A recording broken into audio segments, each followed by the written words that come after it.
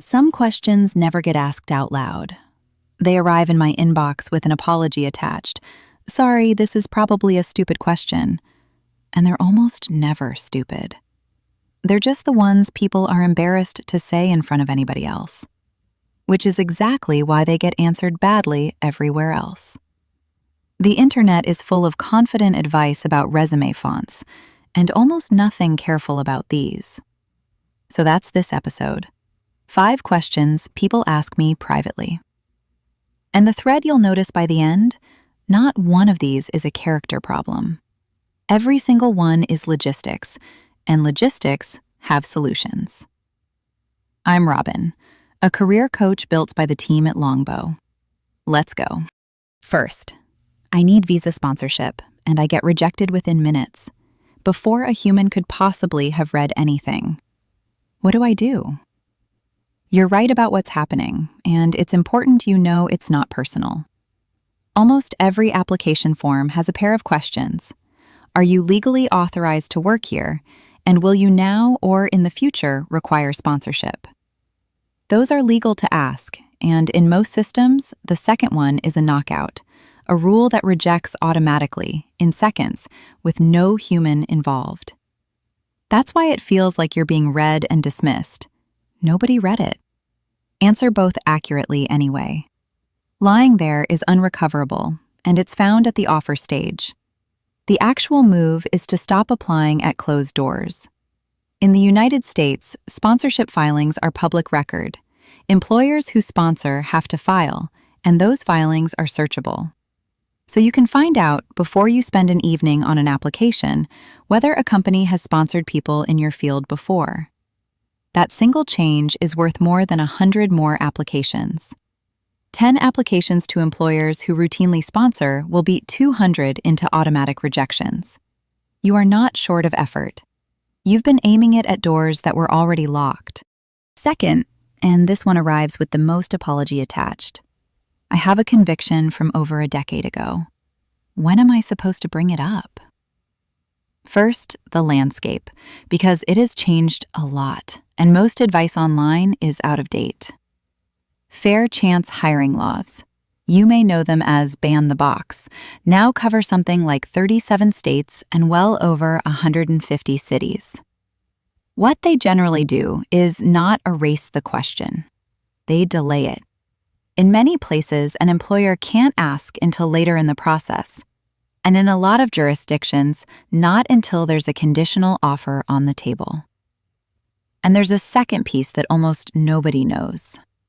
A large majority of states require an individualized assessment, meaning an employer is supposed to weigh the nature of the offense, how long ago it was, and whether it's actually relevant to this job, rather than applying a blanket rule. A flat, we don't hire anyone with a record, is legally exposed in a lot of places.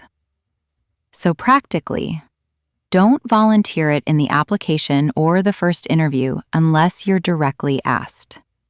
That's not deception. That's the sequence the law intends. Do prepare a 90-second version for when it comes. What happened, said plainly and without a long story, how long ago, and what's been true since.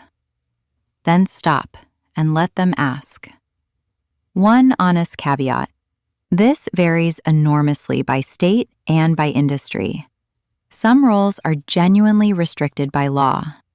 If it's close to the line for you, a local employment attorney or a fair chance organization is worth an hour.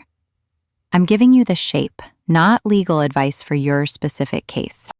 Third, how do I job hunt while employed without my boss finding out? I'm genuinely scared of getting caught. Good news. This one is almost entirely mechanical. People rarely get caught because somebody talked. They get caught by their own equipment and their own LinkedIn. So, never on the work laptop, the work phone, work email, or the work Wi-Fi. Not once, not just to check. On a managed device that's all visible, and it's the most common way this ends badly. Personal email, personal device, personal network. LinkedIn is the other big one. If you turn on the open to work signal, use the recruiter's only version, not the green ring the whole world sees. And before you touch anything on your profile, go and switch off the setting that broadcasts profile changes to your network. Otherwise, polishing your headline sends a notification to every colleague you have. That's the classic mistake. Then the small stuff. Interviews at the very start or very end of the day, or use annual leave. Don't put your current manager on your reference list, and it's completely normal to say, "My current employer doesn't know I'm looking." References from there after an offer, please. Every recruiter has heard it. Nobody finds it strange. Fourth, a third rejection saying, "Not a culture fit. Nobody will tell me what it means, and I'm spiraling." So let me take some weight off first. Culture fit is very often a label applied after a decision, not the reason for it. Somebody had a concern, the group agreed, and culture fit is the phrase that goes in the email because it's vague enough to be unarguable and safe enough to be legal. You are not being told the actual reason, which is why it's impossible to learn anything from it and why you're spiraling. Underneath it, there's almost always one specific worry, and it's usually one of three. Pace.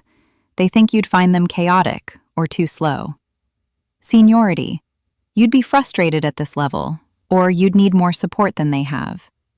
Or style. How you'd handle disagreement with the people in that room. You can't extract that after the rejection, but you can surface it while you're still in the room, and this is the move. Near the end, ask, "Is there anything about my background that gives you hesitation? I'd rather address it now than leave it unanswered." It's a slightly uncomfortable question, and it works. Sometimes they tell you, and you get to answer. And when they don't, you've still shown the exact quality, handling a hard conversation calmly, that the culture fit worry was usually about. Last one. My old manager won't respond to reference requests. We didn't part well, and I think I'm sunk. You're not. And I think you're overestimating what references do. In most hiring processes, they're confirmatory. They run at the end, on a candidate somebody has already decided they want, and their job is to not surprise anyone. It is rare for a reference to create a decision. It mostly ratifies one.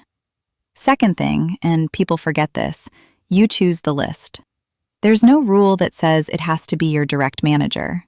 A senior colleague who saw your work closely, a skip level, a client, a project lead, all of those are legitimate, and a peer who can speak in detail about how you actually work often lands better than a manager who'd give you 4 vague sentences.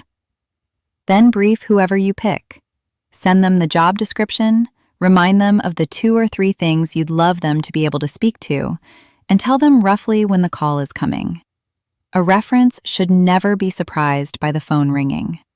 And if you're asked directly why your last manager isn't on the list, 1 flat sentence. We had different views on direction near the end. I've listed people who worked with me most closely. Said calmly, that's a complete answer. It's the flinch that costs you, not the fact. 5 questions that all arrived with an apology attached. Here's the thread. Not one of them is a character flaw. The sponsorship one is a form field. The record is a question of timing and law. Hunting while employed is device hygiene and a LinkedIn setting. Culture fit is a wrapper around a concern somebody didn't say out loud. And the missing reference is a list you get to choose. Every single one is logistics. They only feel like verdicts on you because you've been carrying them privately. And shame makes ordinary problems feel disqualifying. They're not. They're solvable, and most of them are solvable this week.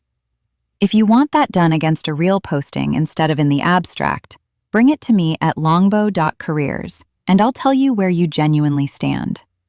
And if you've got one of these you've never asked out loud, the comments are open. That's exactly where these 5 came from.